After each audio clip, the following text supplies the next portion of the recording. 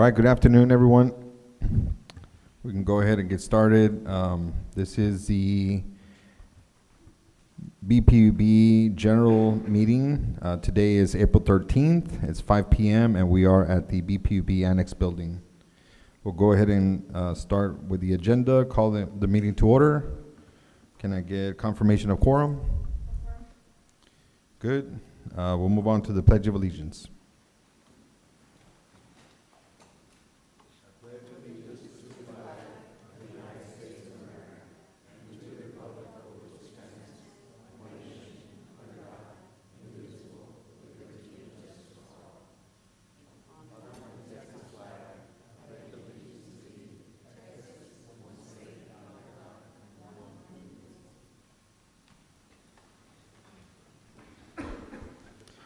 All right, I understand we have some visitors from Leadership Brownsville.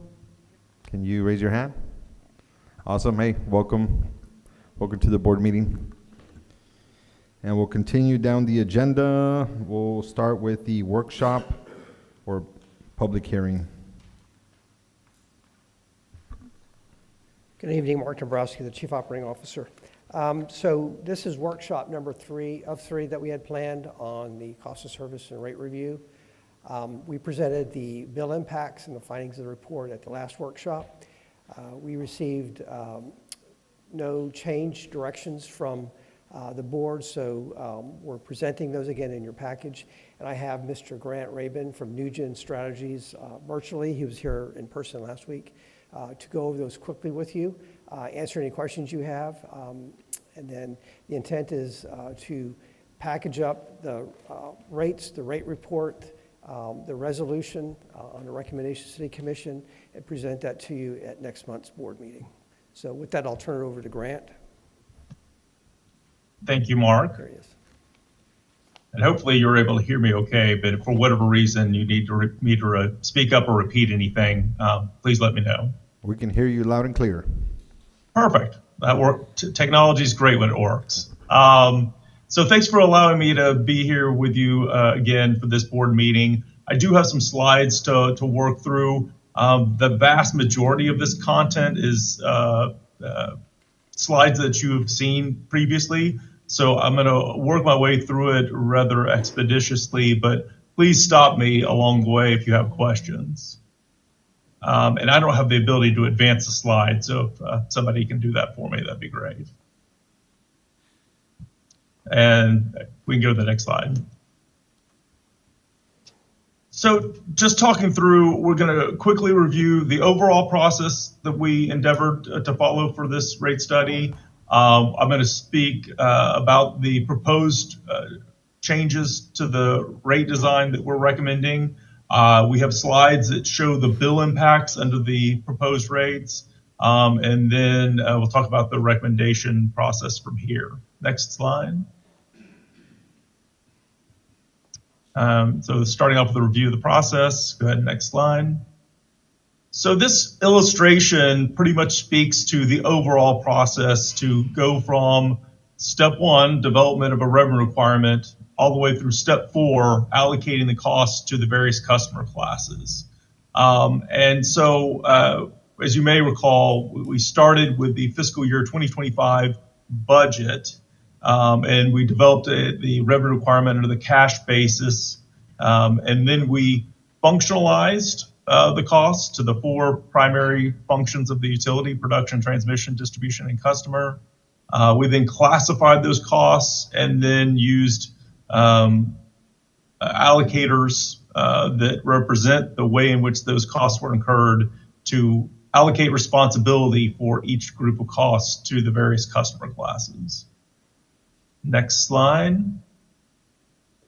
This is really just a reminder of the development of the revenue requirement that we utilized for the study. Again, far left column started with the fiscal year 2025 budget. You'll see that $199 million number in the red circle matches the total gross revenue requirement for the electric utility that was in your 2025 budget.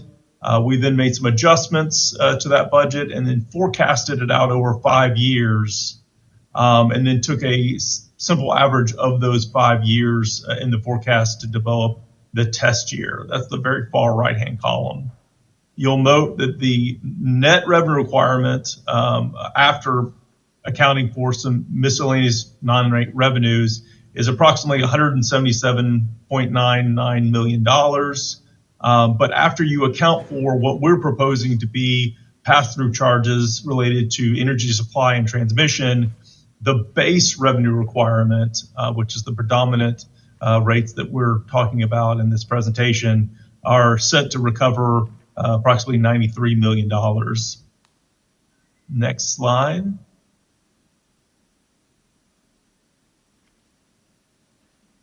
So now this is showing how we took that $93 million test year and we allocated it to the various customer classes based off of an assumed allocator for cost responsibility. The bottom line for each of these customer classes listed shows the revenue requirement for base rates for each of these customer classes. Next slide.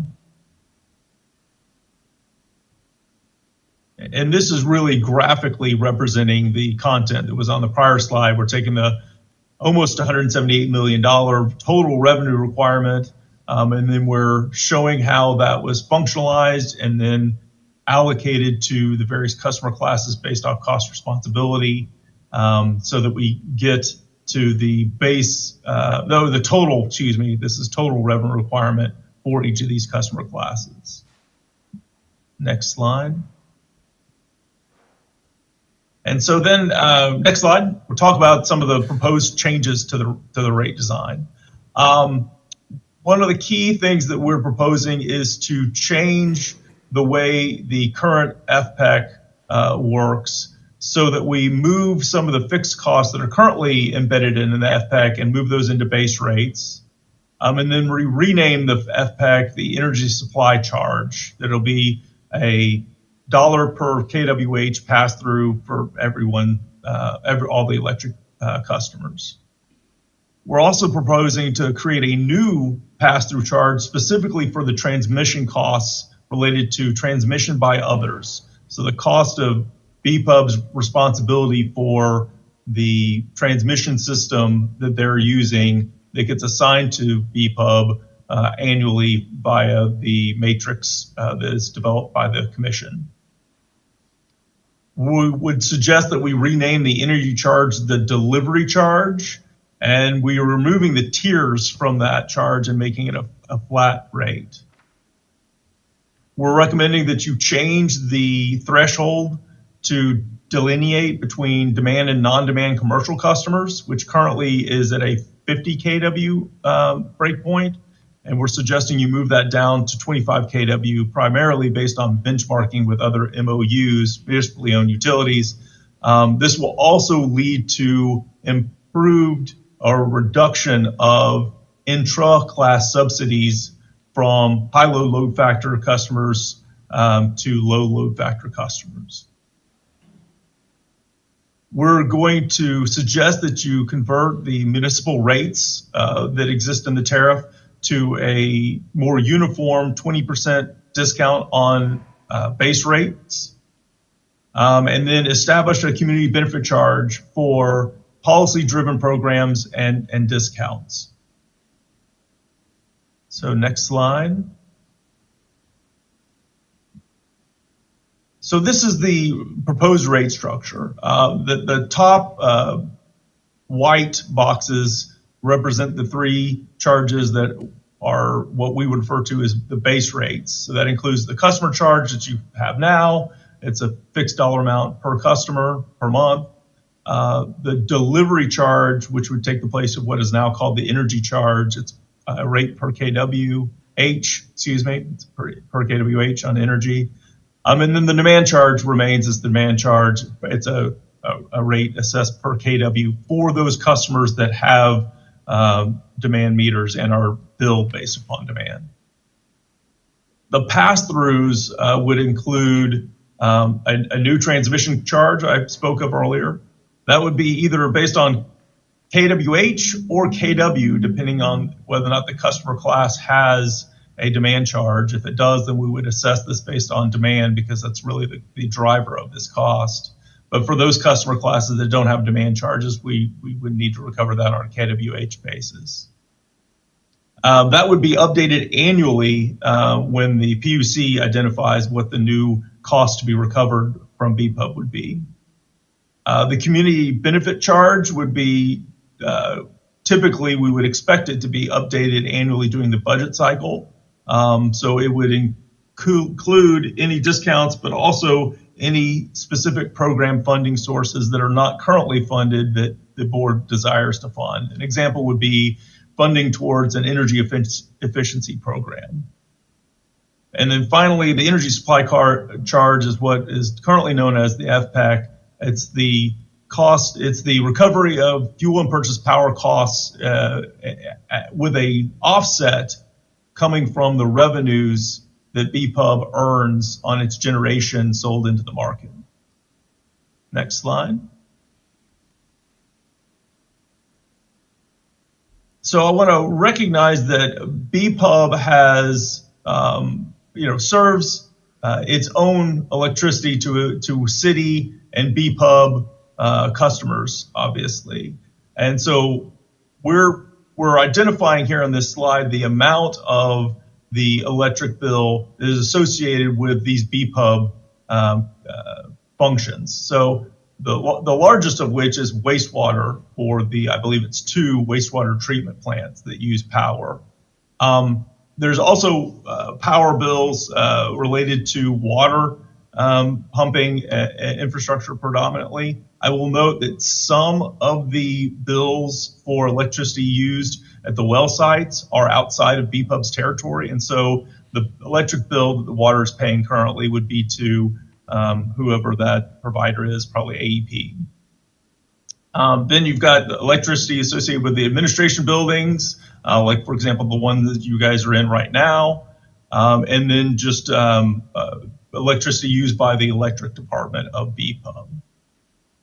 We're recommending that the water and wastewater utilities in their next rate study incorporate the costs of these electric charges so that they fully recover the cost of providing service.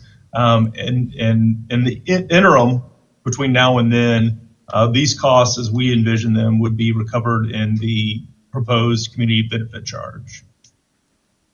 Next slide. So this is showing, I alluded to this earlier, that we're moving some costs into base rates. This is reflecting a little over $10 million that we're proposing to increase in base rates. There's an offsetting reduction to the costs that are recovered in the FPAC, a newly designed FPAC, but the base rate charges would be expected to recover an additional approximately $10 million. The preponderance of that is associated with recovery from residential customers. And this kind of shows how that gets phased in over the next few years. Next slide. Can you stay on that one? Sorry. Oh, of course. I'm not Sorry. understanding that one. Can you go over it again? Yeah. So we have proposed that the overall base rates get increased to the tune of a little over $10 million. A pretty significant portion of that is associated with residential customer class under recovering the identified cost of service, although the other classes are also need additional base rate revenues. And so the dark blue bar, the one on the far left for each customer class, is representing where we assess the current rates are recovering. So the big blue bar for residential, roughly $6 million, represents, we think you're under recovering from residential customers by approximately $6 million. We then have a series of rate increases proposed, and there'll be bill impacts shown here later, that will increase the base rate recovery from these customer classes. Again, this increase is going to be moderated by the fact that the pass-through charges, specifically what is now the FPEC, are going to go down. So it's not just a blanket increase without a corresponding decrease. So the bill impacts may be most helpful to kind of see what the overall impact to the customer will be. Yeah, if you don't mind, I'll make a quick comment, and maybe that's a help, but feel free to continue to ask them questions.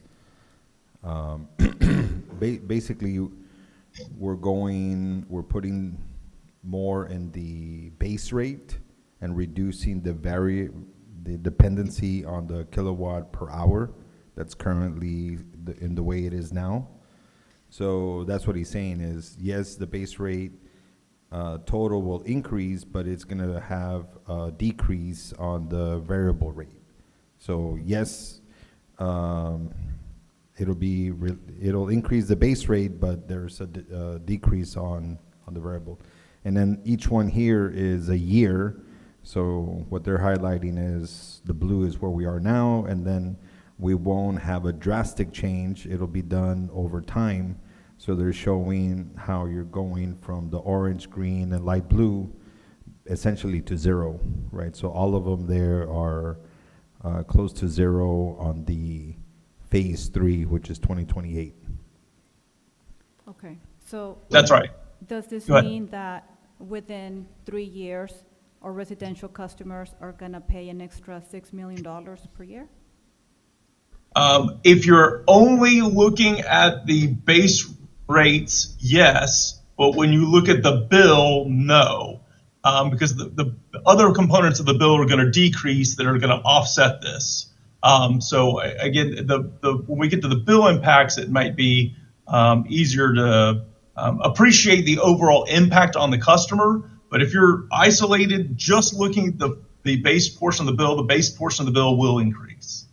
And that's for a couple reasons that we're doing that on purpose, but that would be the impact. Okay. So Remember, the whole goal here is to drive towards transparency so that the customers know exactly what they're paying for. Yeah, and so it's just shifting where on the bill things show up. So do you have a slide then, He said he's going to hit that next. okay, where you give us the overall difference that the residential customers will feel, right? Oh, absolutely. That's coming. And if when we get to it, you have more questions, please stop me and we can kind of delve into it further. Because I know residential bill impacts will be important to this body. Thank you. Next slide. Oh, bill impacts. And here we go. So just as a summary real quick, we're trying to better align the cost recovery with the cause of the cost.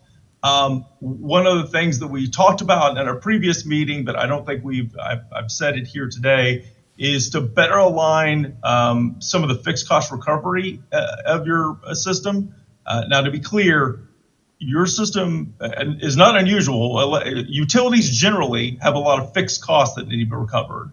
And so we're increasing the amount of recovery coming from fixed charges. Those are specifically the customer charge, and for those customers that have a demand charge, the demand charge. Those two pieces kind of generate, under our rate proposal, those two pieces would generate more revenue for the utility, which is more stable than the recovery coming through the energy charge. To be clear, you are still going to have variable costs, some variable costs that in your rate structure. You're also going to have fixed costs that are recovered in your variable charge. What is currently called your energy charge, but we're proposing to change that to delivery charge, the nomenclature for that. It's still going to be on a per kWh basis. So you are still recovering some of those fixed costs in that energy charge. We're just relying upon it less under this rate design than you are currently. Obviously, different customer impacts are going to be different depending on how the customers use the system. Generally speaking, although we do have some graphs here that will hopefully illustrate what those impacts might look like. Maybe go to the next slide and we can start looking at what the bill impacts look like. Oh, I've got to do the aside about the FPEC. So your FPEC currently is around 3.5 cents, down from around 5 cents last August. However, that is artificially low because what you're doing is you're trying to spin down a historical over recovery that you have that you're attempting to draw down on over time with a reduced FPEC. So if you were to look in January of 2026 and say, well, what should the FPEC be if we weren't trying to draw down this over recovery, it would be more like 7.3 cents. So in many of the tables that follow, we're using the natural FPEC rate, the 7.3 cents, unmitigated by this artificial drawdown, as the yardstick for comparison purposes. Although we do also show in some of the charts the current 3.5 cent approximately FPEC. But just wanted to kind of disclaim that. It should be labeled in the slides. Next slide.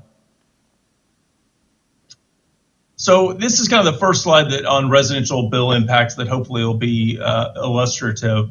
On the left is what represents the component pieces of the current bill, and on the right is the proposed bill. You'll note that in the dotted box, if you add up all those numbers on the left side and the right side, it's almost the same bill for 1,000 kWh. So there's very little in total dollars that change under this proposal for a customer using 1,000 kWh, which is not an unusual amount of energy for a residential customer to use in a month. But how they're recovering that dollar, those component pieces, differs under the proposal as compared to currently. So, for example, the customer charge is currently just fractionally under $7. We're proposing to increase that to $12.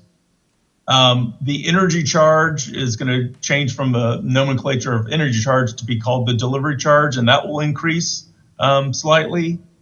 But the fuel and purchase power charge, the FPEC, is going to decrease. First of all, it's going to get separated out into at least two different component pieces. One is the energy supply charge, which is the fuel and purchase power that you're incurring to supply power to your customers, and then a separate transmission charge. So we're separating out those two pieces because one has really little to do with the other. We're making a little bit more transparent on the bill what the customer is actually paying for by separating out transmission. And then we have the new community benefit charge that will provide funding for the programs I mentioned earlier and discounts. So you'll notice that around $13.72 in the bottom right-hand corner is our dollars or costs that are coming out of the FPEC and going away, and then the increases are coming into the base portion of the bill, specifically the customer charge and delivery charge. I guess any questions about this schematic, because I think this may be one of the better ways to understand how the residential bill is going to change under our proposal. Yeah, it doesn't sound like there's any additional questions. I think the graphic is pretty well, pretty clear. So thank you for that. Yeah, I'm glad that worked out well. That was a suggestion from somebody in BPUB staff to put this together. So I don't recall, but credit to whomever suggested this way of looking at it. It was I thought it was very enlightening. Next slide. The remaining slides are all repeats of slides I presented at last time when I was there in person. This is here again, the same residential bill for 1,000 kWh, just shown graphically differently. And we're showing the current FPEC at around 3.5 cents with the current rates, as well as the natural FPEC at over 7 cents with the current rates on the two bars on the far left, as compared to the proposed bill on the far right. Next slide. So this is just graphically showing how all of the bills would change. So this is the population of all residential customers charted on a graph in terms of their bill impact, the change in their bill, on a dollar basis on the left and on a percentage basis on the right. Again, I'll note that this is in comparison to a current rate with the FPAC at the 7.3 cents as the comparison. Next slide. So this is showing you a sample bill for a commercial non-demand customer, and we're calling this a smaller customer because it's for 1,000 kWh. That's on the smaller end of the spectrum for commercial customers, although you certainly have some commercial customers who are using less than that. But a smaller customer, you're going to kind of see how their bill will change. Again, the far right-hand column is the proposed rates, and the two bars on the far left are the existing rates, depending on which FPAC you're comparing to. Next slide. And again, I'm going through this relatively quickly because I know this is content you guys have seen before. So this is the commercial non-demand bill for 3,000 kWh. I think a particular note here, I was talking earlier about how the fixed cost recovery is improving. You'll see the bottom dark blue portion of the bar graph currently is a very small sliver under your current rates. And on the far right-hand side of the proposed rates, you'll see the dark blue portion of the bar graph is more substantial and significant, reflective of the fixed. In this case, for this customer, it's the customer charge that's being increased that's driving that increase. Next slide. And so this is, again, the whole population of all commercial customers in the non-demand category, plotted on a graph in terms of impact between on a dollar basis on the left and a percentage basis on the right. Next slide. So the next couple of slides are really for commercial demand customers. We're showing an example of an actual individual customer. This one happens to be one that has a relatively high load factor, indicating they're a more efficient user of the system. This customer has about 66% load factor. And you'll see that, honestly, the overall bill impact is pretty,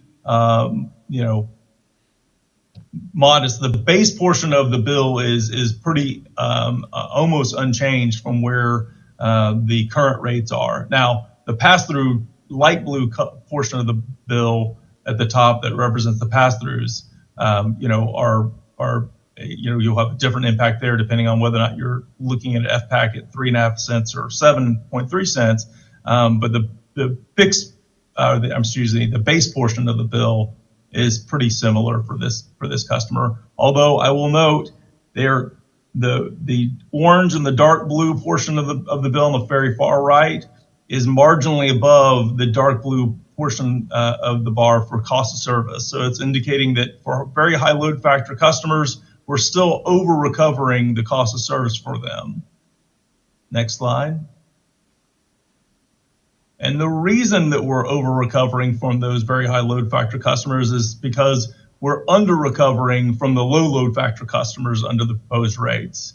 Now, we are getting better alignment with cost of service here and more limited intra-class subsidy, but we are forecasting that low load factor customers in this class would continue to be under their cost of service, even under the proposed rates.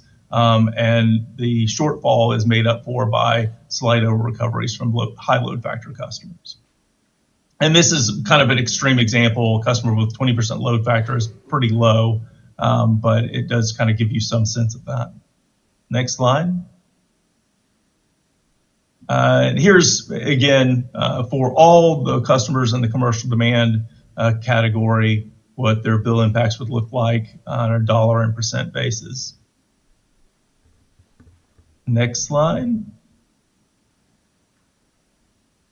Here, that we're going to do the same high load factor, low load factor example, but this is for a large demand customer class. The customers in this customer class, when we say high load factor for them, it's even higher load factor. Previously in just the commercial demand class, a high load factor was represented by a 66% load factor.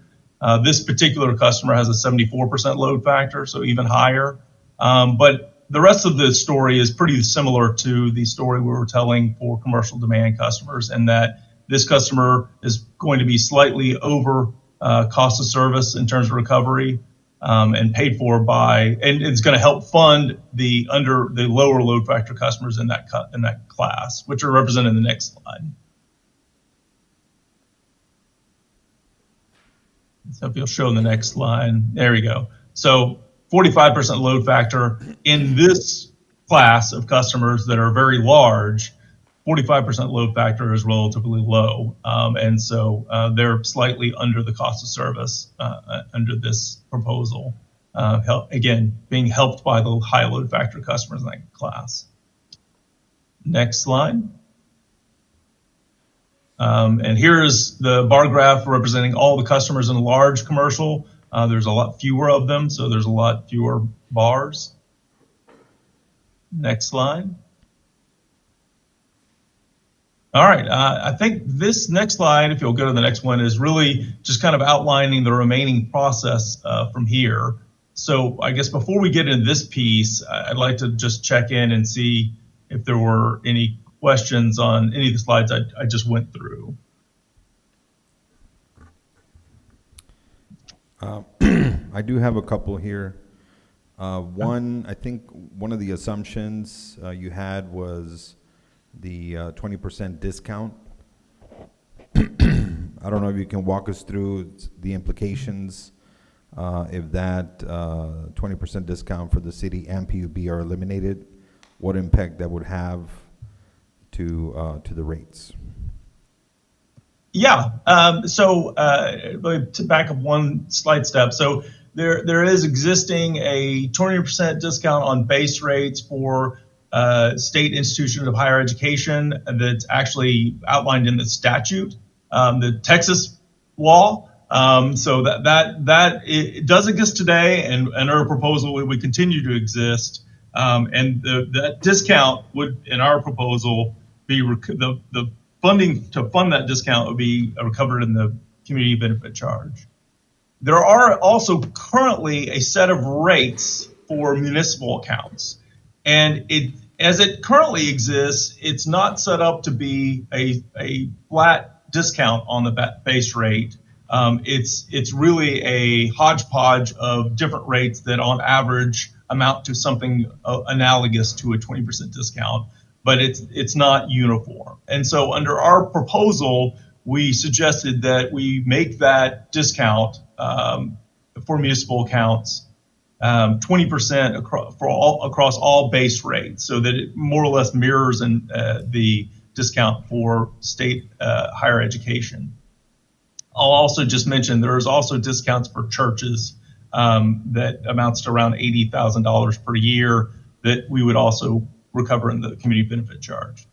But with that background and to your question, if you were to move away from offering the municipal discount and instead just charge municipal accounts the rates that they would otherwise be charged if they weren't municipal, they were just normal customers, it's going to have a pretty minimal impact overall.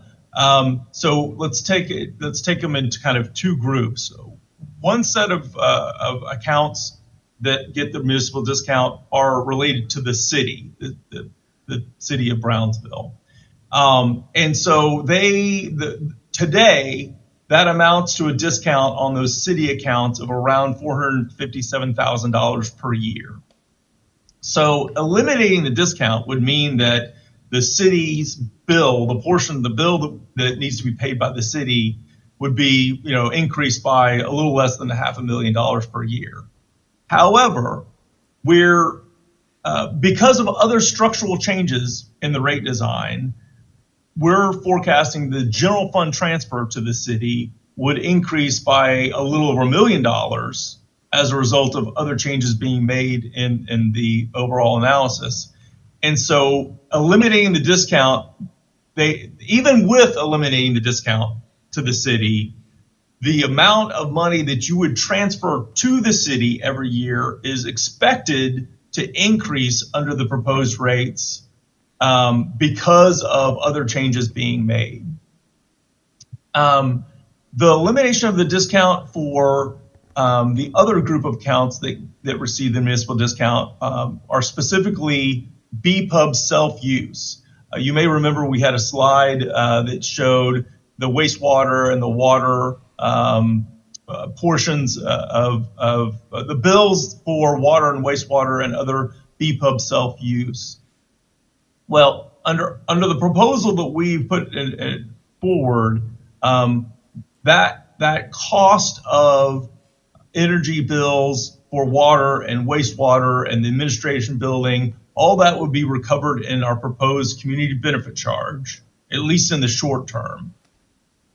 If the board chose to, in the next water and wastewater cost service study, the cost of those electric bills could be built into the revenue requirement for water and wastewater, and rates could be set to recover that cost so that once that happens, the recovery of those costs would come out of the community benefit charge and instead be recovered from folks on their water and wastewater bill, customers on their water and wastewater bill.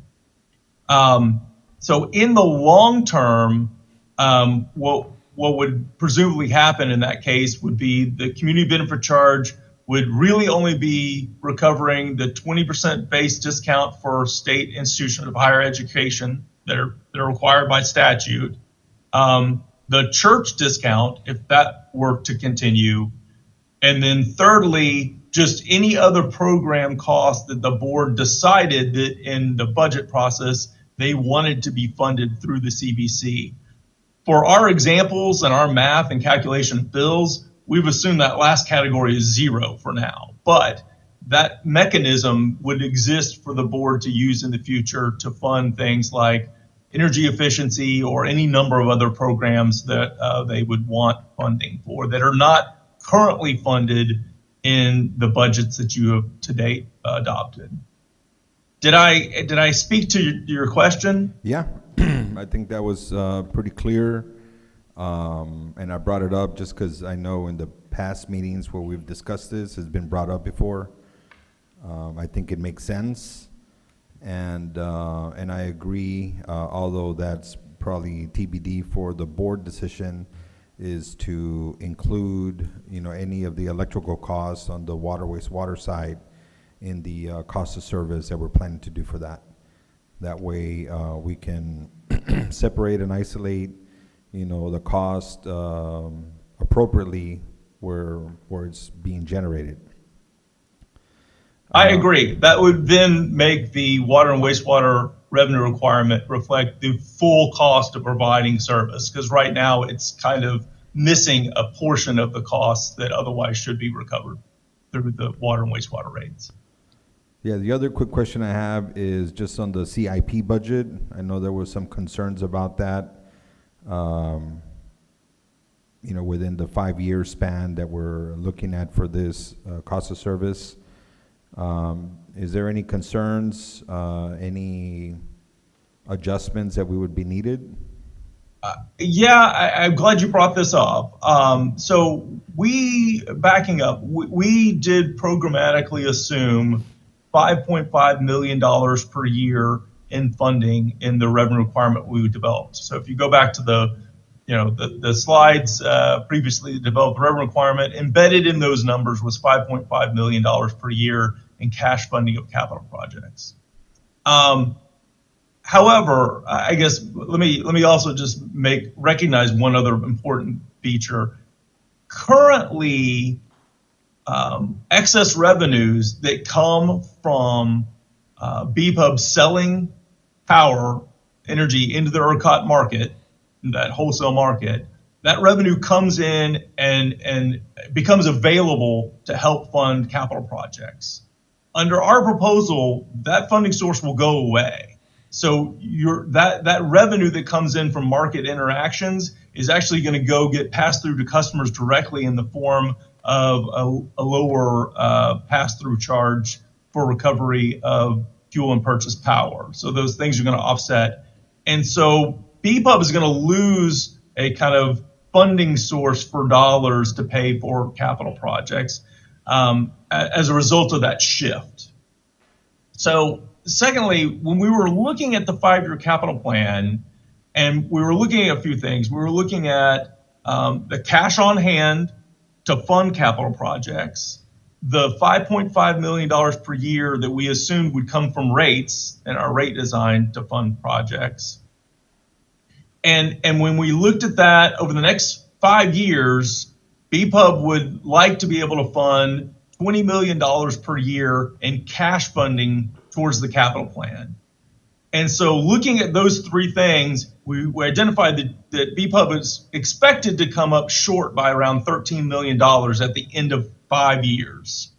And so if we were to increase the cash funding towards capital projects from the currently contemplated $5.5 million up to $8 million per year, so an additional $2.5 million, it would solve for the missing or the $13 million that you would be otherwise short of your goal.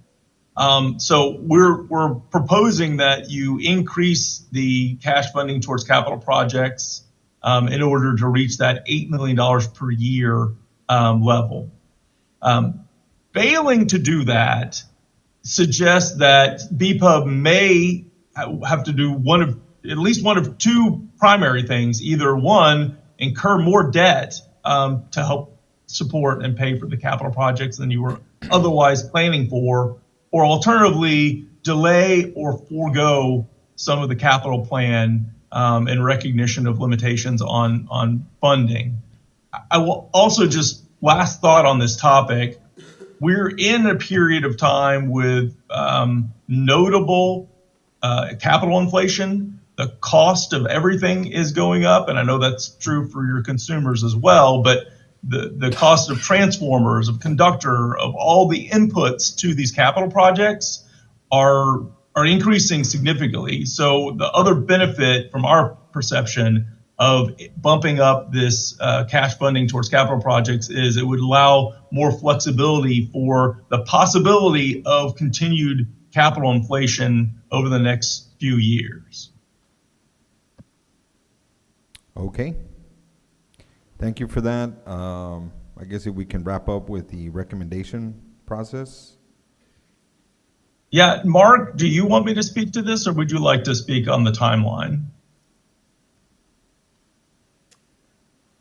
So I'll cover this piece here. So as I stated at the beginning of the presentation, our intent was to bring back to you in May a cost of service report. We've covered a lot over the last 6 to 8 months with you. All of that is documented in a report. We can memorialize that. It'll have a cost of service model that Nugent prepared. It will have a resolution making your recommendation to the City Commission to restructure rates. And it'll have presentation materials for commissioners as well. So we can bring that in May. If you decide that you want to change the discount structure for municipal accounts or the CIP, we can still meet that timeline and bring that change back to you. You're not being asked to make that decision tonight. That decision will be made in May. And so you would have that in front of you in May. Okay, sounds good. So do we have a recommendation today as far as, do we need to approve anything today? Well, a head nod, do we want to bring back with eliminating the municipal discounts and increasing the CIP to 8 million as we briefed tonight? And then we'll bring you back those results in May. Okay. I don't know if there's any discussion on those topics. I know we've seen this, or some of us have seen this information a lot, and others are not as much. But yeah, I know there was some discussion around the municipal rates, discount. The original proposal was to standardize at 20. because the way it is currently is variable and not really comprehensive. But I know there was some discussions around, just having everything be paid. In the end, for the city, it actually is in their benefit, because it will also increase the total revenues, and then the amount that we send to them will be increased by $1 million. Yeah, I'll make a comment. I think that we should be very mindful of what we include in that community benefit charge. Just thinking about it from the client's perspective, right? Whenever they see that number, the larger that number is, the more questions they will have about what are we paying for, right? This is something optional that we're paying for. And I think that for the utility's own use, this is something that, we need that in order to function, in order to exist. So it's not optional. So I would not include it in a community benefit charge. It's not, it's not something that we're providing to the community that is separate from simply existing. The same for a charge that we, if we have to give a discount to institutions of higher education, that's not optional either. It's something that we have to do because we exist. Is that right? You're partially correct. So it is a requirement. State law says we have to give that discount to, it goes to UTRGV right now and Texas Southmost. However, you look at other utilities, they use what's called a rider. I always like to use El Paso as my example. If you go to the city of El Paso, you will see a rider for their military base, Fort Bliss, they have to get a discount, and you'll see a rider for UT El Paso.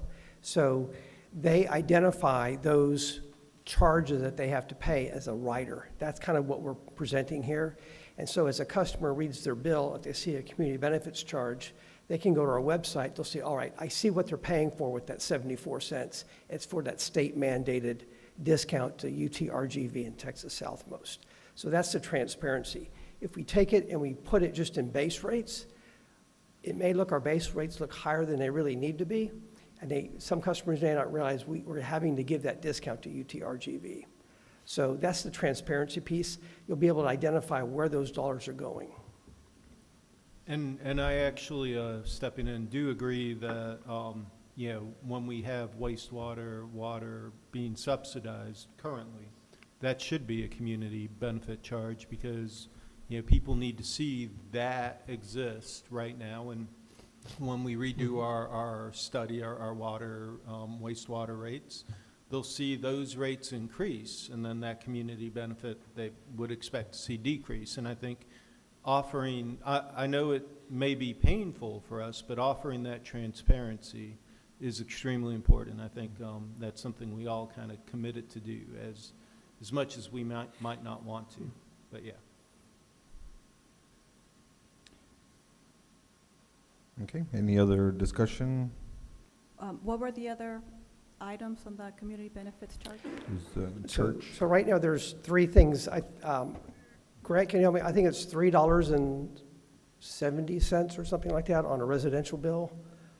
Yes. So in our example bill, for 1,000 kWh. Can we put the the slides? Sorry to interrupt. Can we put that? Oh, yeah. It's slide 16, if you can get to it. It's $3.52 when you get to slide 16. Well, I'm sorry. Your sliding is numbered differently than mine. I apologize. It's the one. Keep going down. Keep going forward. I apologize.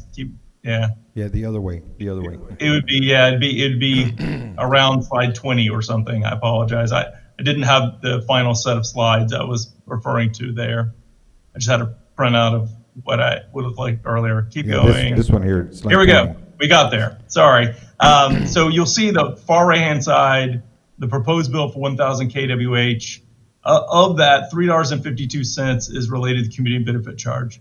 Now, that envisions paying for the state higher education discount that's required by statute, a discount for churches, and then the remainder of that is BPUB self-use for water, wastewater, administrative purposes, all of those purposes, with nothing else added in there for specific programs like energy efficiency or anything like that that the board might consider putting in that charge in the future. It's just limited to the discounts that I mentioned. And how much is for that water usage? How much of the $3.52 is related to the water utility? Yes. Was that the question? I apologize. Yes, Yes. that's the question. Yeah, it is probably, hold on. Doing math on the stand is harrowing. No pressure. It's probably 70 cents. A little more than 70 cents is related to water, and probably Yeah. $1.50 or so is related to wastewater.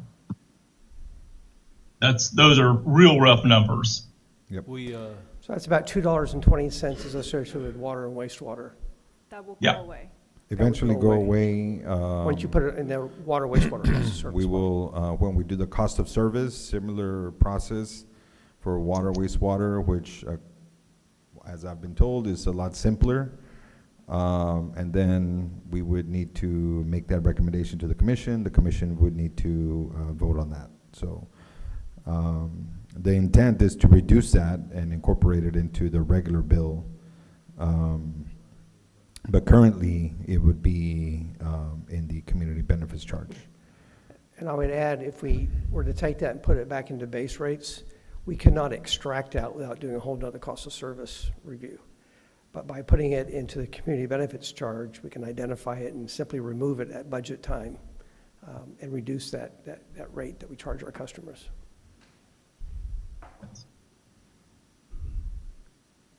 Okay. Yeah. Any other comments or questions? You good? I think I'll just say one thing really quickly. You know, going through this process has been great. Seeing how opaque our rates were before has been, you know, very important to see. And I really support the idea of laying it all out there, you know, the good, the bad, the ugly, for everybody to be able to see and comment on. So thank you. All righty. Thank Go you. ahead. Yeah. Okay. So we'll bring that proposal back to you without the municipal discounts and increase 8 million. And at that point, you guys can decide and either elect to choose that or some other option. Okay. All right. Thank you. Thank you. Thank you, Mark. Good discussion and a lot to think about. And thank you for the presentation as well. Thank you very much for the time. Yeah. Moving on to Section E, public comments. I understand we may have someone here for a public comment.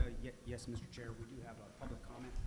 Just by way of reminder, there's a 3-minute limit per speaker. The presiding officer may, but is not required to allow additional time. Can you speak to the microphone a little bit more? Yeah, I think it's on. It's not loud enough. There's a 3-minute time limit per speaker. The presiding officer may, but is not required to allow additional time to a speaker. The speaker must identify by name, address, and organizational affiliation, if any, before speaking. Questions and comments should be addressed to the board as a whole, not to individual board members, the CEO, or members of the audience. If an issue addressed is not included on the agenda, no formal action will be taken. There is one submission. It's Mr. Kyle Brunel. Okay, yeah, please come up. We're always happy to get feedback. This is a little off subject. It's my first time coming to a meeting. My name is John Kyle Burnell. I am the owner-operator of a business, KK and Sons. We are the aquatic and environmental restoration company.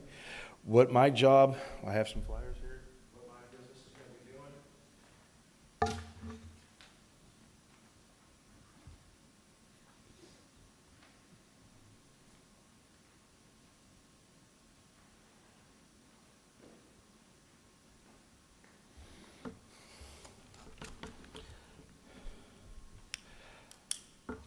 I'm a local. I'm a third-generation shrimper. I also worked on tugboats. I am starting up a business called KK and Sons.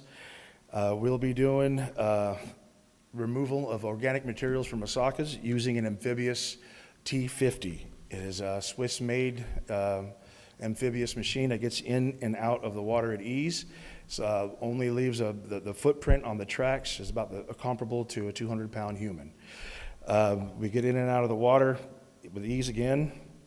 The permits are a lot more relaxed because I am more of a maintenance. I'm not going to be doing the dredging, but we can keep the water flow, increase the water containment to up to 30%, and the water flow substantially better. We are looking at I'm sorry, it's my first time speaking. Yeah, take your time. I'm going to be applying the same vigorous maintenance and cure that I did on the shrimp boats into the masakas. I would the chance to do it. I'm just proposing the idea. If y'all have any more questions, I'm more than happy to answer them. If there's another time I should come and speak, I'd be more than happy to do so. Yeah, I think in the public comment, we really don't engage, but I just want to say thank you for this, and definitely if there's any interest in the future, we would reach out to you, and I'm sure you can answer any additional questions there. Yes. But Okay. thank you, appreciate your time, John, and come back anytime. All right, thank you very much. Yeah. Thank you. Was there any additional public comments? That was the only one that was submitted. Okay, so moving on to section F, consent agenda items. We have a total of 16 consent items. Is there any discussion or motions?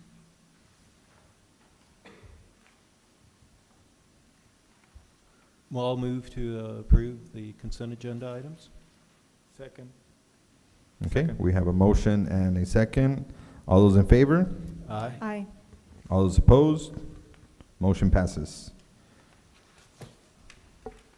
Moving on to item G, these are items for individual consideration. Number 1, General Manager's report. Mr. Chair, members of the board, I put your attention to the PEB board calendar for April, May, and June. So what I'm covering is a little bit of past activities, what happened after the board meeting in May of general manager, in addition to upcoming meetings. I'm not going to read every single thing that's on the agenda, but just highlights of one of the things. First of all, I want to thank the chair for attending the One City Summit, and thank you for the City of Brownsville also for putting and hosting that together. Members of the executive team and staff, myself along with your fellow chair, attended that meeting very well, received various comments, and happy to be a part of providing that information there. Moving on March 23rd, I attended the North American Transmission Forum. We had a strategic planning meeting, board member meeting, and also a member meeting. On March 30, we had the compensation committee led by your fellow board member, Dr. Holman, and then from there, we moved onto some of the various different charters that you just happened to approve and update based on the recent bylaws incorporation. On April 1st, we also withdrew for the $5 million Bureau of Reclamation grant because accepting it would mean that limit our ability to access other more sustainable funding and resources for SRWA. So with that in mind, the Bureau was very understanding of this shift in direction, and we are now focusing our efforts on those larger funding opportunities to better support our long-term goals, and we will keep you posted on the progress. There's more details in an email I sent you earlier today. On April 1st, also, we had a Region M meeting. For those of you who are not aware, the Region M meeting happens to be the state planning meeting. We have kicked off our 5-year new planning cycle, and so we are in the process of working on the new water strategy plan for the state of Texas on that. On April 9th, we had a Texas Water Foundation, and I was asked to be I was asked to be a panelist, and it was, the name of the title was the Rio Grande Valley Funding Forum and Texas Water Development Board Workshop. Members of the team also participated in the workshop to look at the various different water funding opportunities. On April 15, will be asked to also attend another panelist, and that is the Rio Grande Valley Connect Water Forum, and that will be at the TSC Performing Arts Center. Texas Public Power Association will have its spring board meeting on April 30th to the 23rd, which I will be attending, followed with other additional meetings that I will be having in Austin. I will also be a speaker at the Texas Conference of Urban County Education on May 7th, followed with then in June, the NATF board meeting, and also attending some other meetings in DC. With that, those are the various different things, and on your calendar you also have, and just as a reminder, we have PEB holidays coming up on May 25th for Memorial Day and June 19th. Any questions on calendar, industry updates, or any other information you would like to receive at this time? Any questions, comments? No, I think it's pretty clear. Thank you for going through that. Okay. And with that, that concludes the general manager's report. Okay, so moving on to item G2, consideration and action items of pull out of consent. We have none, so we'll move to G3, staff reports and presentations to the board. We'll start off with presentation and discussion of the BPUB financial performance report for the period ended February 28th, 2026. David Medrano. Chairman Martinez, members of the board, I'm David Medrano. I serve as Director of Finance for BPUB, and I'll be reporting on the financial performance through the fiscal year ending, for the month of February 28, 2026.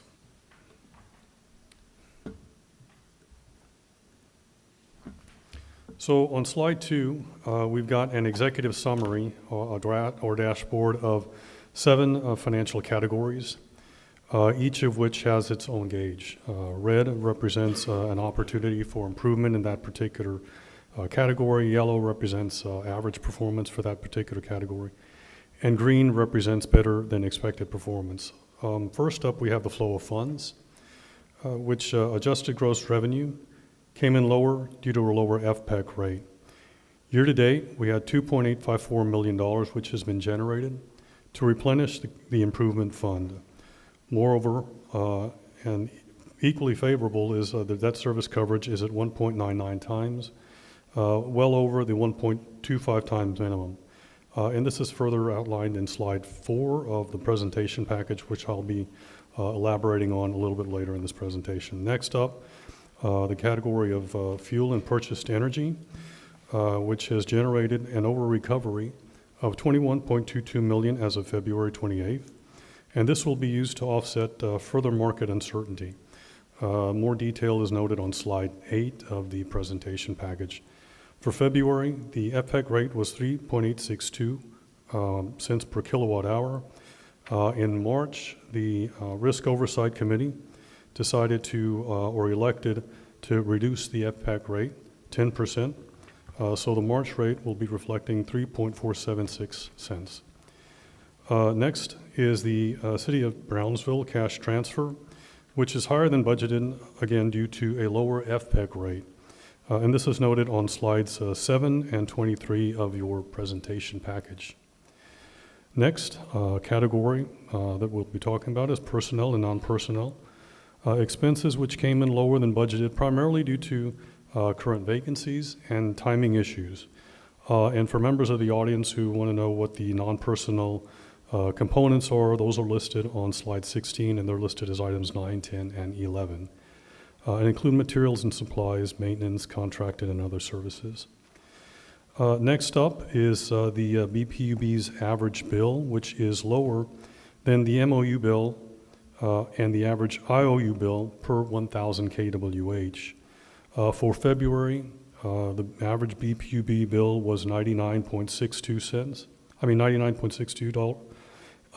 which was 19% below the average MOU and 33% below the average MOU for the similar reporting period and similar volumes. And these are noted a little bit more in detail on slide 8 of the presentation package. The next category is the Capital Improvement Plan, or what we refer to as SIP.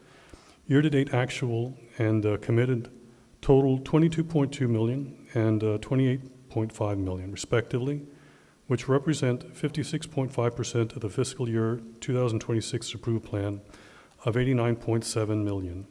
And these data points are listed in columns E, F, and I on slide 9. Finally, and equally good news, is that all key financial metrics are currently in compliance. And these are detailed a little bit more on slide 12 and include cash days on hand, debt service coverage, and debt to capitalization ratio, among others that you'll see on slide 12.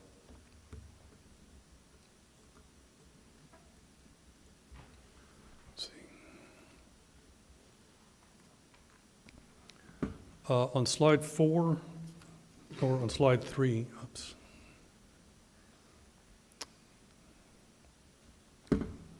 On this slide, it is the statement of revenues, expenses, and changes in net position. And this report has been prepared in accordance with generally accepted accounting principles. And the components of revenue, operating expenses, and non-operating revenues are detailed a little bit further in slides 16 and 17. But for purposes of this presentation, I'll highlight at a high level the first column, which is fiscal year 2026 through February of 2026. Operating revenues came in at $89.972 million.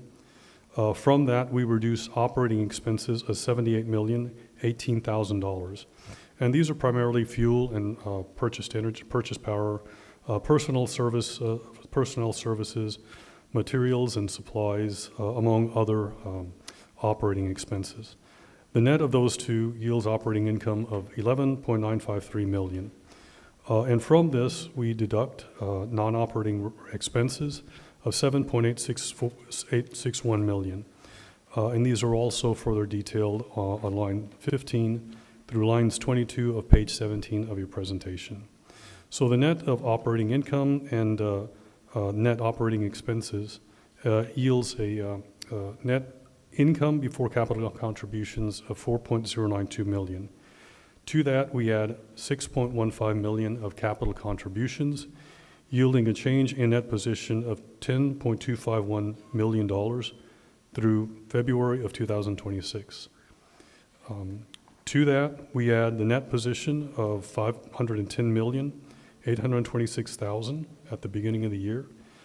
So a net position as of February 28th, 2026 of $521,078,343.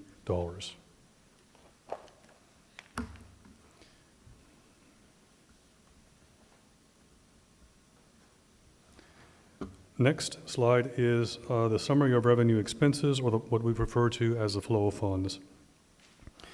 And this report has been prepared in accordance with our bond ordinance, and more detailed flow of funds is noted on pages 18 and 19, or slides on 18 and 19. But for purposes of this presentation, I'll be highlighting the middle column, which is year-to-date actuals through February 28th of 2026. Operating revenues, we had $84,307,000. Other operating revenues, we had $11.1 million. So we had gross revenues under this methodology, the flow of funds, of $95,421,000. Less fuel and SRWA expenses yield an adjusted gross revenue of $68.744 million. And this particular line item is significant because this is the basis for the 10% distribution or general fund transfer to the city, which is noted in line 8 of this presentation. From the adjusted gross revenues, we remove other requirements, which is O&M, non-operating revenue, and debt service of $56.2 million, yielding a balance available after requirements of $12.467 million. From that, we reduce it by total cash and utility benefit to the city of Brownsville, which is $6.874 million, which is 10% of line 5, yielding a net balance available for internal transfers of $5.592 million. From that, we reduce it further by internal transfers of $2.738 million, yielding an improvement fund replenishment of $2.854 million. So the total transfers on here are the sum of line 10 and 11, which are $5.592 million. And again, the debt service coverage ratio as of the end of February is at 1.99 times, which again is better than the 1.25 times that is required. And that is my presentation. I'd be happy to answer any questions you might have. Thank you for that. Any questions or comments? Thank you. Yep. Thank you, David. We'll continue down the list to item B, which is the quarterly general manager's procurement authorization report per board policy. Diane Hello. Solitaire, yeah. Diane Solitaire, Purchasing Manager. I'm going to give the quarterly report on the GM CEO procurement authorizations for the first quarter, January through March of 2026. So the procurements that that have been approved are, they were bid out or they were state contracts, current contracts that we had amendments to, and engineering contracts. So the total amount for water and wastewater administration was $667,707.18.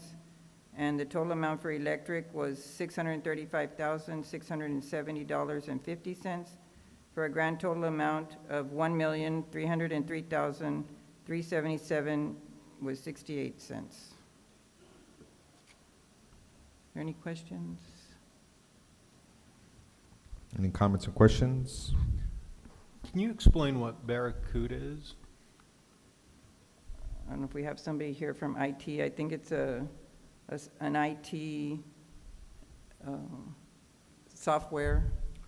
I don't know what- If I may, if we don't have IT here, I'm somewhat familiar. It's one of the backup systems for email, long-term storage of email.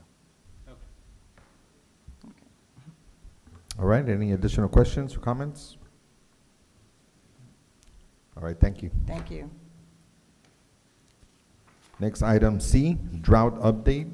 Jaime Flores. Good afternoon, Mr. Chairman, members of the board. My name is Jaime Flores. I'm the Water Resources Administrator, and I'll be providing you with a drought update. U.S. combined ownership at Amistad and Falcon reservoirs as of March 28, 2026, stood at 25.7%. U.S. combined ownership at Amistad Falcon, the previous readings from March 7th, 26.8%, from March 14th, 26.6%, March 21st, 26.2%, and again, right now we're looking at 25.7%. The National Weather Service April to June 2026 outlook for the Lower Rio Grande Valley, Deep South Texas region. Warmer than normal temperatures are expected to persist during the April through June 2026 period. Equal chances for above normal, normal, or drier than normal precipitation during the April through June 2026 timeframe. Precipitation confidence remains at low to medium, 33%.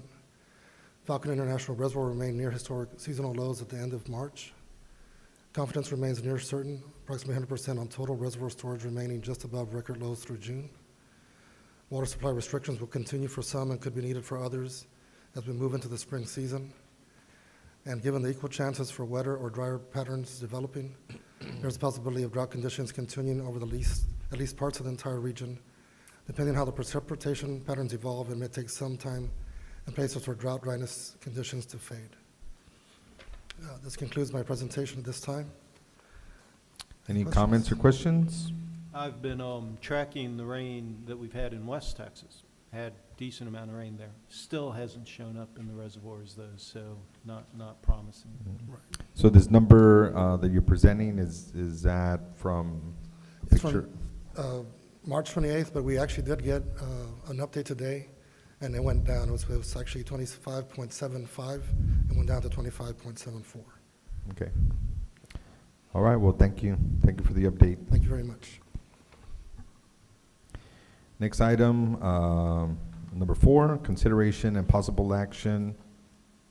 I'm sorry, I skipped over one.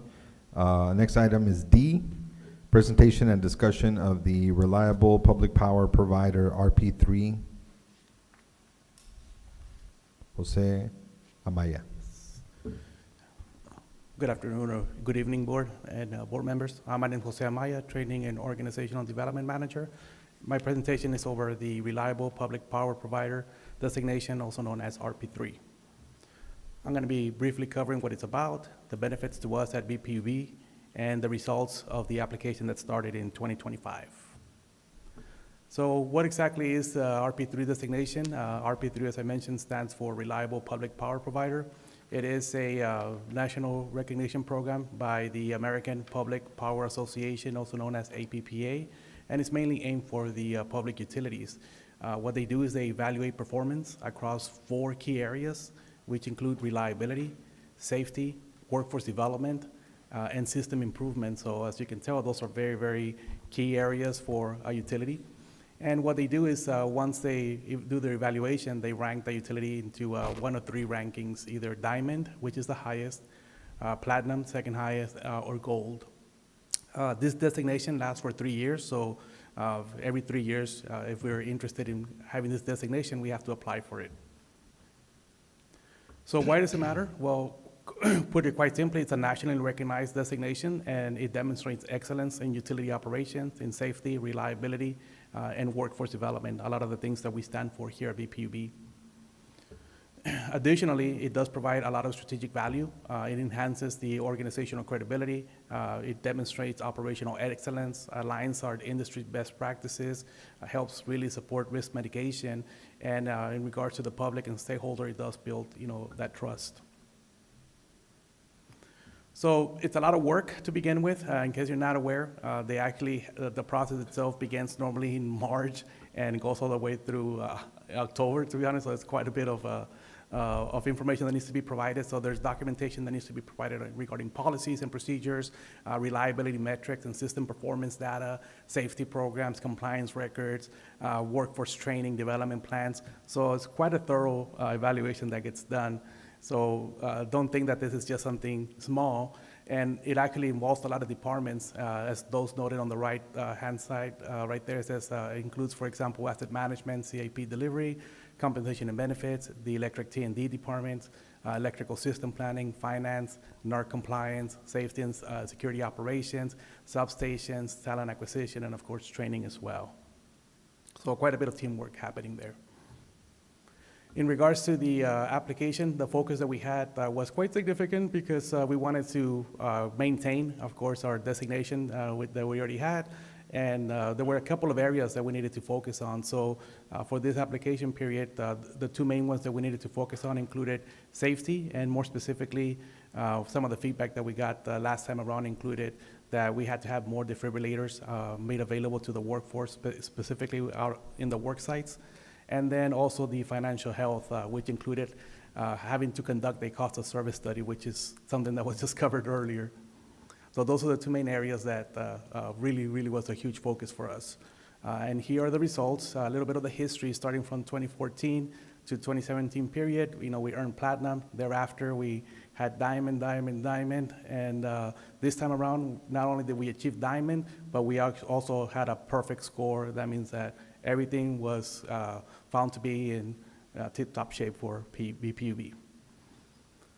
So with that in mind, I want to say that there's a big thank you, not just myself, but on behalf of the executive team, on behalf of everyone else that helped with this application, first to the board members and directors here, because quite honestly, a lot of the projects that get done are really what then influences our ability to operate better, to mitigate risk, to be able to help with our workforce and everything else that I mentioned earlier. So all of you taking your time to listen to us, helping us out to make some of these projects come to fruition, a big thank you for that. A big thank you to executive management. They're out there, they're the eyes and ears of the operational world, so they definitely do their part.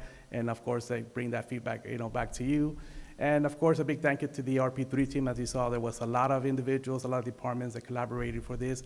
And one of the things that we like to do after I take your questions is we like to bring forth and do a group picture with the plaque and any of the members that are here that participated in the application process.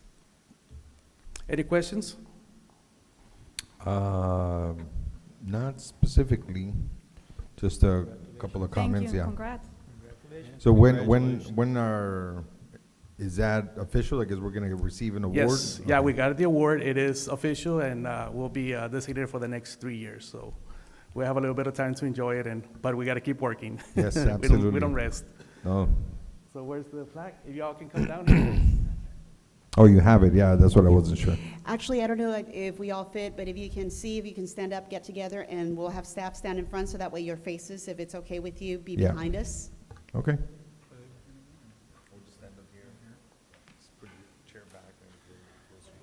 Those of you that participated in the RP3 application process, come on forth.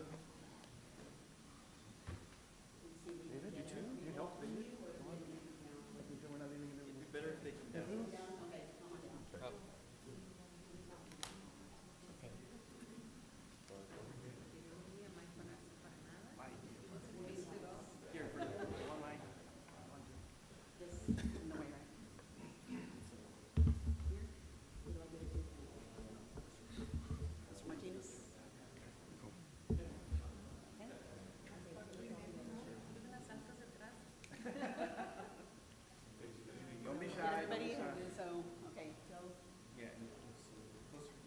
Okay. Okay, here we go, let's go.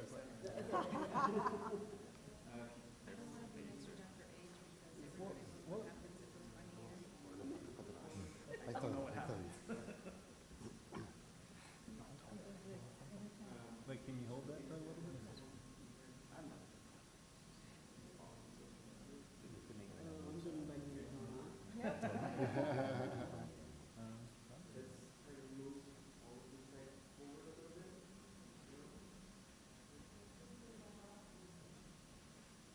Oh, Mark, you kind of got to be in this.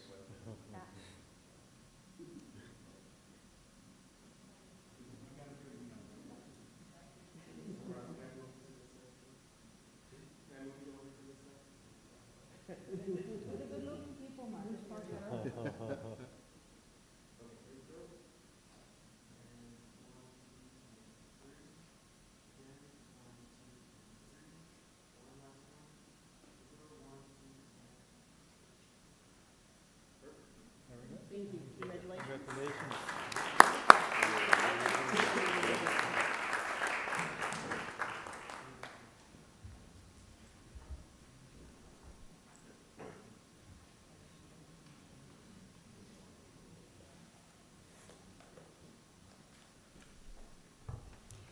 And that concludes the presentation for the RP3 award from American Public Art Association. Yeah, just to, I guess, wrap that up from our side. Obviously, we try and be as supportive as we can of the executive team and the rest of the extended team. I think this is really a reflection of all the work that you guys do. Absolutely. And I think as highlighted, I think what's noteworthy is that it was a perfect score. So I think that's pretty significant. So congratulations to all of you. I know not everybody could be in the picture, but in reality, you guys are the ones that do all the real work. So thank you. Moving on to item number 4 now. Consideration and possible action to approve the submission of the notice of suspension of operations with ERCOT for the Silas Ray Units 6 and 9. Corey Carswell.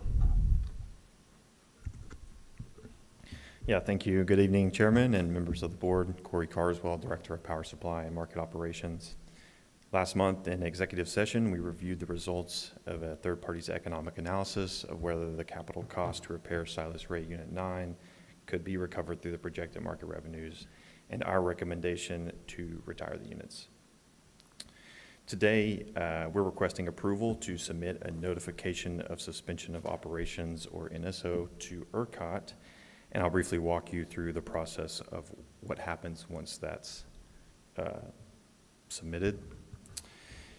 As part of its responsibility to manage grid reliability, ERCOT requires generation owners to submit a NSO before retiring a unit. That submission triggers a reliability assessment by ERCOT to determine whether the unit is needed for system reliability. In that assessment, ERCOT considers the adequacy of local generation, voltage support, transmission constraints, and overall stability of the system. From that assessment, there's two possible outcomes. The most likely outcome is if the unit is not needed for reliability, it's approved for retirement. And in the extremely rare event it is needed, ERCOT will initiate the reliability must run, or RMR, process. So based on the results of the consultant's analysis and what we presented last month, staff is requesting approval to proceed with submitting the NSO for Silas Ray 6 and 9 to ERCOT. Okay, do we have any comments or questions? Is everybody in the loop? I forget, were these our Black Start units, or was it, no, okay. Okay. Any additional questions? Can I entertain a motion? I'll move to approve. Second. All right, we have a motion and a second for the motion as stated by Corey. All those in favor? Aye. Aye. Aye. All those opposed? Motion passes. Thank you very much, Corey. Keep us posted. Yes, sir. Thank you. Moving on to item number 5, discussion on Resaca fee and operations.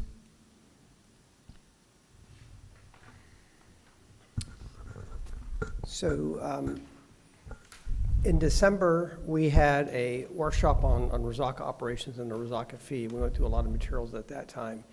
And the board had asked us to come back at a later date and initiate a discussion. And so at the board chair's request, we put it on tonight's agenda for you to determine if there's any action. In your package is that material from the December meeting. We don't have additional presentation for you, but it's just an opportunity for you to discuss. And if you want to take an action on the Resaca fee, then you can instruct our general manager to do that. Okay, thank you, Mark. Yeah, so this item, basically, I know we've gone through a lot of the information and really great effort in identifying all the different options that we were looking at, all the different costs associated with all the different components, etc. I think some of the options were contingent on some feedback that we wanted to get from the Corps of Engineers as far as fee simple and some of the other decisions. And I believe we did receive an email, not directly from the Corps of Engineers, but from the city as a result of meetings that they had. And basically, the Corps of Engineers confirmed that some of the decisions that were going to be permanent, and based on that, the city is essentially communicating, right, that there's not a good alignment as far as a fee simple. And there was another item, I forget what it was, but that was one of the core items, right, just which would require, the city to what's the word? Yeah, to proceed, but with the but as far as the PPA, land, the Public Partnership Agreement. yeah. So that's why I requested this. I mean, I think this new information, I think we're in a position now to move forward and request, ideally, for staff to put together a recommendation that we can vote on, that we can send to the city. Any comments, questions? Thank you for that.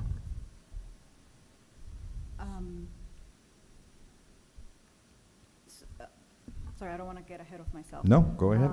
This is so- our time, this is really a board discussion item, so any questions or comments, this is the time to do it. So will the phase 1 of that project still happen, or like nothing will happen? Ultimately, that is a decision for the commission. I think we can make a recommendation. In the end, they would need to determine if they want to execute that. Okay, and are we gonna go through the same presentation that we already got, or is this just for our information? Well, there's no new information. Okay. All the information, well, I just said there was new information. So there's no new information regarding the presentation. The new information is really just a confirmation from the Corps of Engineers. So now I think that gives us a definition of what we wanted so that we can make an official recommendation to the city. Okay, and so these slides will be presented to City Commission. They have not been presented yet, is that right? Not yet. I believe we were considering meeting with them on one-on-ones. Maybe we've done a little bit of that. I don't think we've done that with everyone on the commission, but it's important for them to understand all the different options that are available. Some of them have been now taken off, obviously with this newest information, but yes, they should have all of this information and ask any questions that they may have. If you remember, there was also some potential pathways for somebody else to kind of take this on as far as the resacas and, you know, potentially creating some kind of district. All of that is laid out there. So not just for the city, but really for the public. Okay. So I think to Daisy's point, sorry, I think I jumped in front of what she was going to say. No, I go do ahead. that. I think it would be good, whatever our recommendation is, to present the material we have to the city commission on a whole, just so that everybody in the public has a chance to digest the information as well. Because I think the decisions we're going to make are going to be fairly impactful, and I think the residents of Brownsville will want to see it. Yeah, I think that's definitely within range and probably our plan already. I think what the executive team and staff are looking for is, you know, when were we ready to send this to the commission? Now that we have this information from the Corps of Engineers, I think we're ready to do that. I think so. Yeah. I think this is really good timing, and it really does simplify the options. I think that pending issue was something that, you know, it felt to many as something that could not be overcome. But I think now that everything is more tangible, we can look at the options without having, you know, to look at just abstract possibilities. Yeah, it was the matching fee was the other, the matching percent was the other item that we were kind of hopeful that they could take less of the matching, but that's also, they confirmed that it would require the current match as stated. But yeah, is there any official recommendation? Any other concerns around this? I mean, I think, you know, and I hate to be the one who says this, but, yeah, and I know actually Daisy would want to say it, so maybe I should shut up. Oh, please, go ahead. I think with the idea that we have no clear path forward for this, we should stop collecting, or we should greatly reduce the resaca fee. We should keep the resaca fee to cover our maintenance cost of town resaca and the dredging operations there. But we should probably cease collecting the fee for the restore. Okay. Not restore. I think we The can Corps of Engineers. maybe word it a little different, but in the end is the motion is for us to recommend to the city or for staff to bring back the,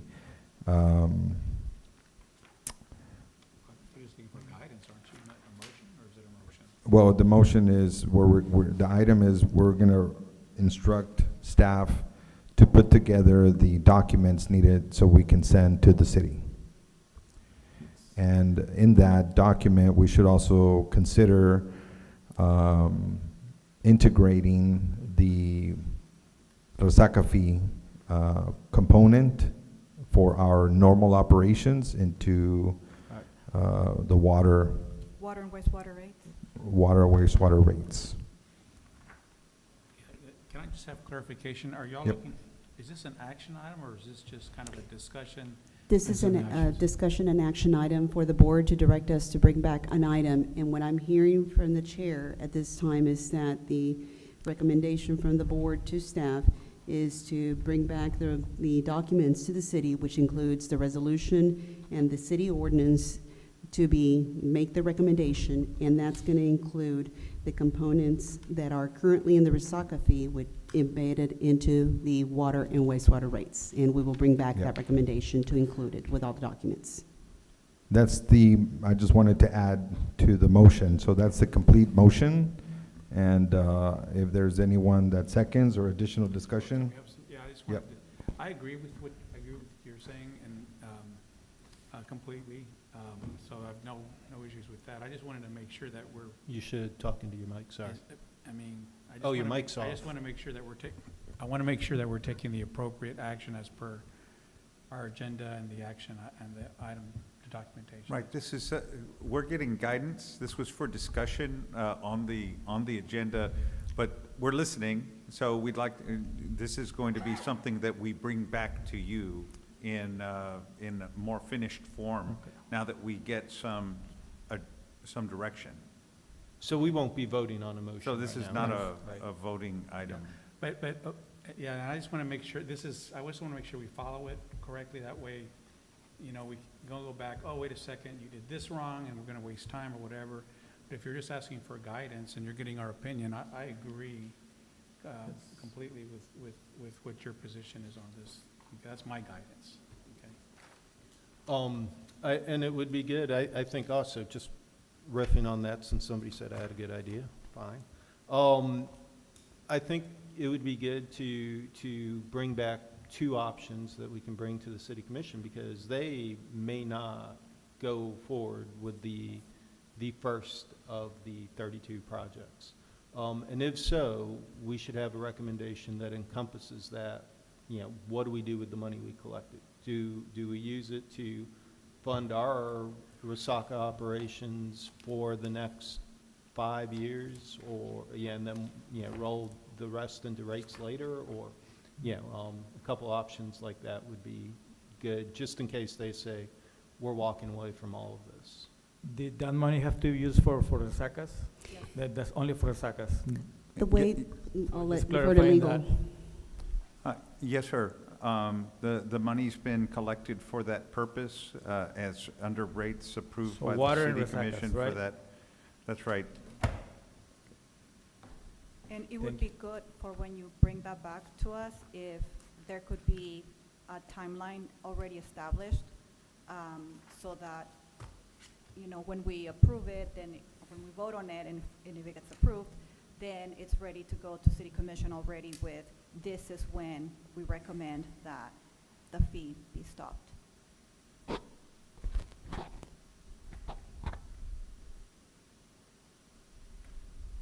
I ask a question? yeah, absolutely. So Marilyn, I know, do you have any questions on the guidance that the board is providing? Do you have because I know in the past when we talked about this, it's kind of been unclear a little bit, right? And I just want to make sure, do you have any questions on the guidance that We're going to bring a timeline back to when we recommend the approval. We're going to bring back a plan of action with the existing fees. For those of you who maybe members of the public may not be aware, we have existing projects that are currently in addition to the U.S. Army Corps of Engineer. We're wrapping up the Restore project. We also have a Bureau of Reclamation project that is currently under design, and we also have our dredging operations. Our dredging operations will continue, and we have the ability to continue operating until we have the new water and wastewater fee structure in place. We have received a proposal for our water and wastewater to realign rates. You already had a rate presentation on the electrical side. We discussed some of the other embedding in the actual water and wastewater, and this would be another component in some future year, because when we do rates, we just don't do 1 year, we do a multi-cycle year with improvements that we would include. So make sure I have the clarity is we're bringing back resolutions, we're bringing back 2 options, and we're bringing back the existing structure that we have collected.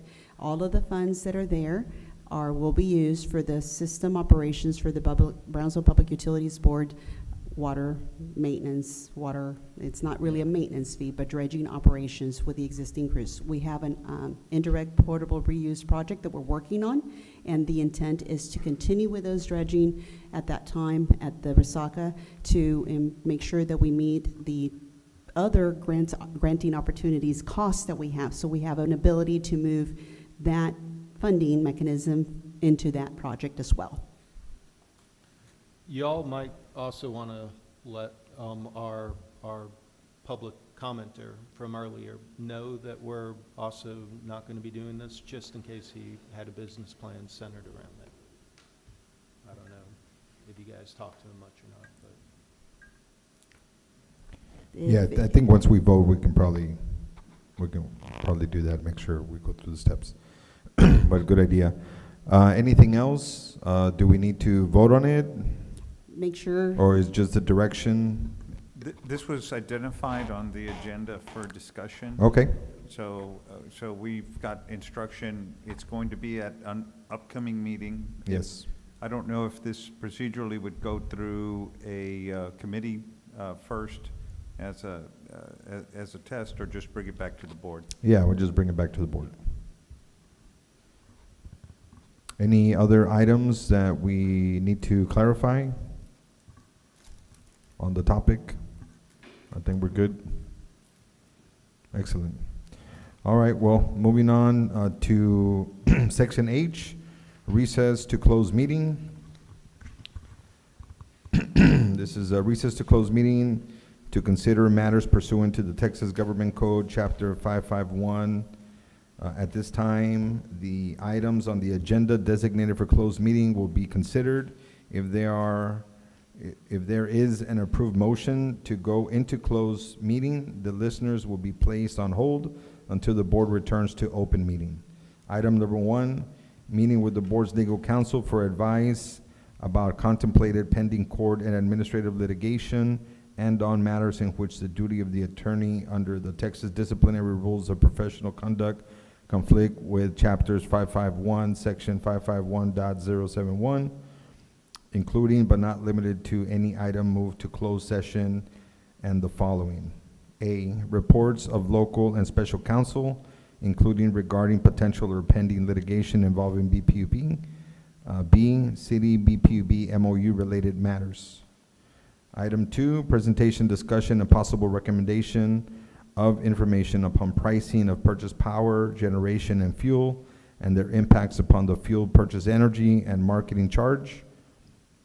Sections 551.086 and sections 551.072. And item 3, discussion regarding the board's annual evaluation process for the general manager and the chief executive officer and the internal auditor for the fiscal year 2025-26, section 551.074. Do I have a motion to go into close? I make a motion. All second. Motion and second. All those in favor? Aye. All those opposed? Motion passes. Thank you. The time is 6:44.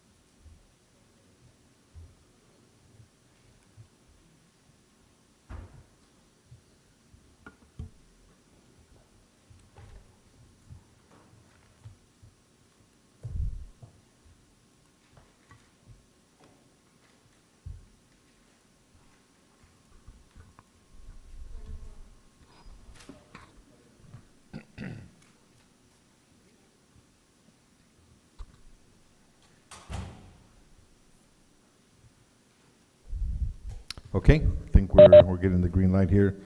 It's 8:02, and we're back from a closed session. Daisy did leave the meeting at 7:59. We'll move forward. Go ahead. Good evening, Mr. Chairman, members of the board. With regards to PFAS public water settlements involving multi-district litigation against DuPont, 3M, or others, staff recommends that the board move to delegate to the general manager and CEO authority to engage counsel to participate in settlements of claims as discussed in executive session, and bring any agreements to the board for approval or ratification at a future meeting. Any comments or questions? Motions? I'll move to approve the motion. Second. Okay, I have a motion and a second. All those in favor? Aye. Aye. All those opposed? Motion passes. Thank you.